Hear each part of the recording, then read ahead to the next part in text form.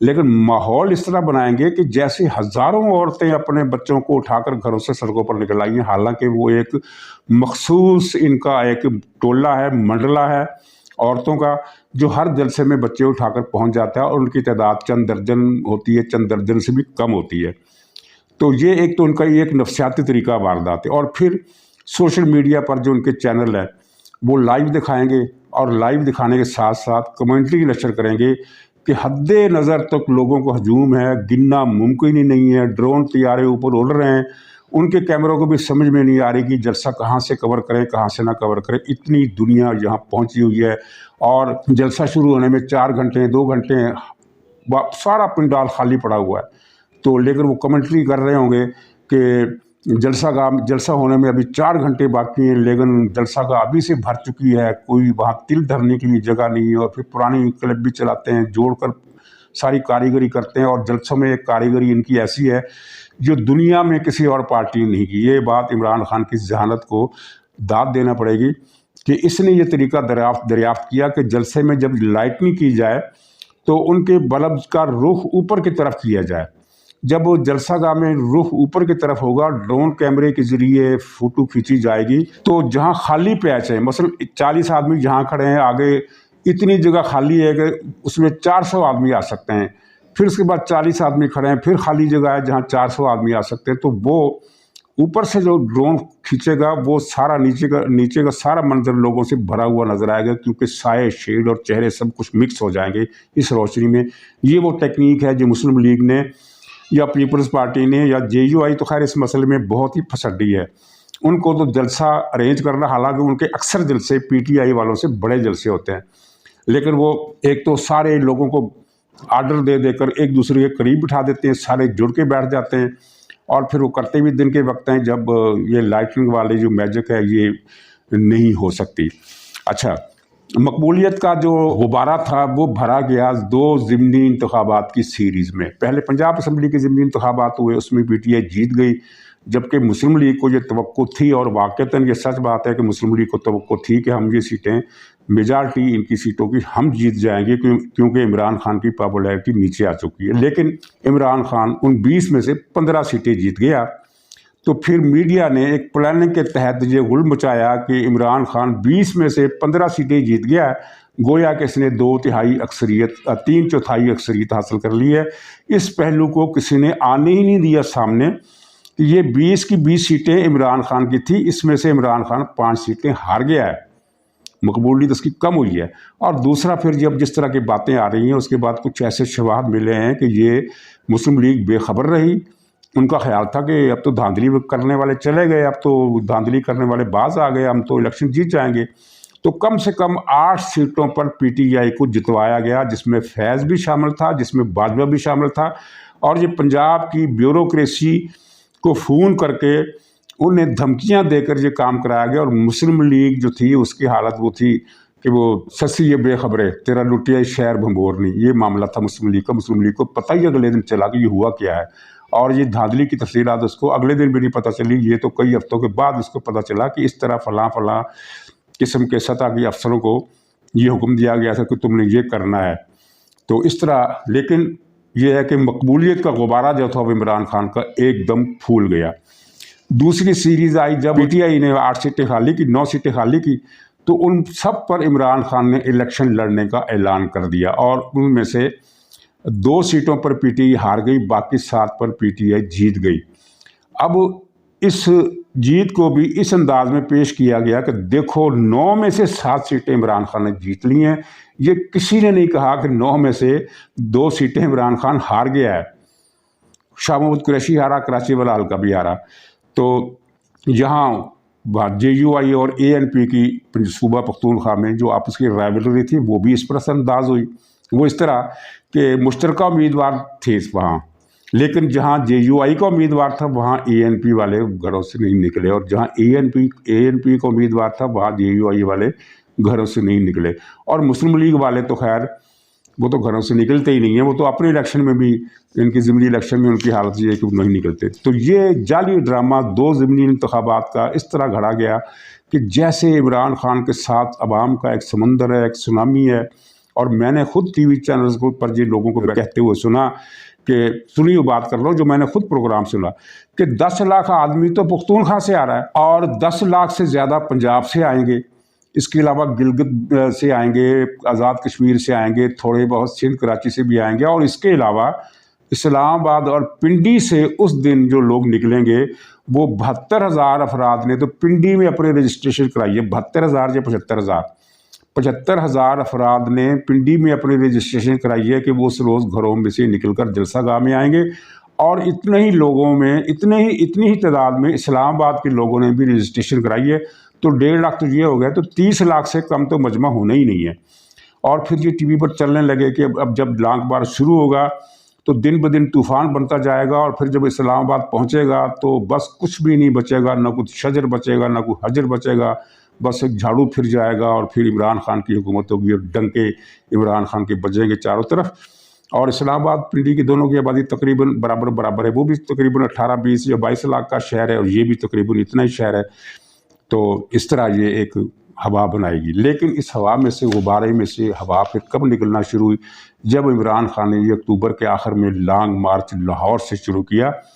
اور پہلے دن اس کا جو حاضری تھی کم تھی، دوسرے دن اس سے بھی کم، تیسرے دن اس سے بھی کم، تو پہلے 3-4 دن تو یہ عجیب و غریب کیفیت میں رہے یہ جو ٹی وی پر بیٹھے ہوئے اینکر پرسن ہے۔ پھر انہوں نے ایک ایسے مزیدار بات بنائی گھڑی کہ مزہ آ گیا، اور اس کو سن کر میری تو پھر ہنسی نکل گئی۔ انہوں نے کہا کہ دراصل، اچھا یہ چیزیں موجود ہیں، ویڈیو کلپ ان کے موجود ہیں، انہوں نے کہا کہ دراصل یہ عمران خان کی چال ہے، عمران خان ایک اور کارڈ کھیل گیا، لوگوں کو حکومت کو پتہ نہیں چل رہا بھی کیا کارڈ کھیل گیا۔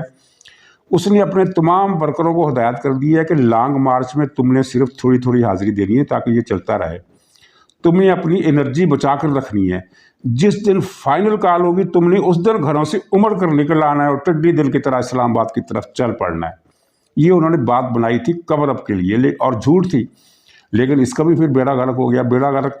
تو خیر وزیر آباد والے قاتلانہ حملے کے واقعے کے بعد سے ہو ہی گیا، لیکن عمران خان کو پنڈی میں اسلام آباد میں داخل ہونے سے کس نے روکا تھا؟ رانا ثناء اللہ نے اپنے ڈنڈے تیز کر لیے تھے، ٹھیک ہے، وہ وہاں بیٹھا تھا تیاری کر کے، لیکن ایک اصولی اجازت حکومت نے دے دی تھی کہ ہم ریڈ زون کی اس حدود تک جلسہ اس جلوس کو آنے دیں گے، اس سے آگے نہیں آنے دیں گے، اس کے بعد ہم طاقت استعمال کریں گے، رینجرز کا بھی استعمال ہوگا، لیکن یہاں تک وہ آ سکتے ہیں۔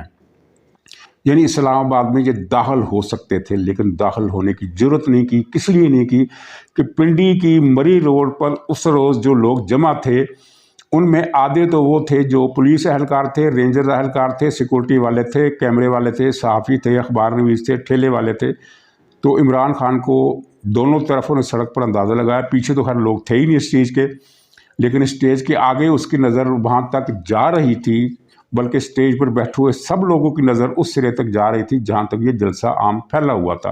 اور عمران خان کو اس دن اندازہ ہو گیا تھا کہ میری پھونک نکلنا شروع ہو گئی ہے۔ اب جو سروے آ رہے ہیں ان سروے میں بھی یہ بتایا جا رہا ہے کہ عمران خان کی مقبولیت کا جو زوال تھا یہ دراصل 25 مئی سے شروع ہوا تھا۔ اکتوبر کے لانگ مارچ نے اس کو تیز کیا ہے۔ 25 مئی کو اس لیے یہ زوال کا سفر شروع ہوا تھا کہ 25 مئی کو ان کے تمام حامیوں کو ایک یقین تھا کہ عمران خان اب اسلام آباد گیا ہے تو یہ شہباز شریف کو گردن سے پکڑ کر اٹھا کر باہر پھینک دے گا اور خود اس کی کرسی پر بیٹھ جائے گا۔ لیکن وہاں پھر جو ہوا وہ آپ نے دیکھا کہ کس بری طرح خفت انگیز انداز میں یہ بھاگا ہے کہ گیدڑ کی طرح، اور پھر 6 دن کی جو مہلت تھی کہ 6 دن کے بعد میں دوبارہ آؤں گا، وہ 6 دن اکتوبر کے آخر میں جا کر ختم ہوئے، اور اس دوران عمران خان کے جلسے بڑے ہوتے رہے۔ لیکن میں اس دوران بھی جو میں نے جتنے بھی بلاگ کیے میں نے یہ بتایا کہ یہ جلسہ ماضی کے مقابلے میں چھوٹا تھا، وہ اگر 12,000 کا تھا تو یہ 8,000 سے زیادہ کا نہیں تھا، وہ اگر 20,000 کا تھا تو یہ 15,000 سے زیادہ کا نہیں تھا۔ اس کے بعد پھر یہ لانگ مارچ شروع ہوا، اس نے اس کی مقبولیت کا بھانڈا پھوڑا۔ مزید زوال اس کو اس وقت آیا جب اس نے پے در پے 5-6 شکستیں کھائی اور 5-6 بیانیے بدلے۔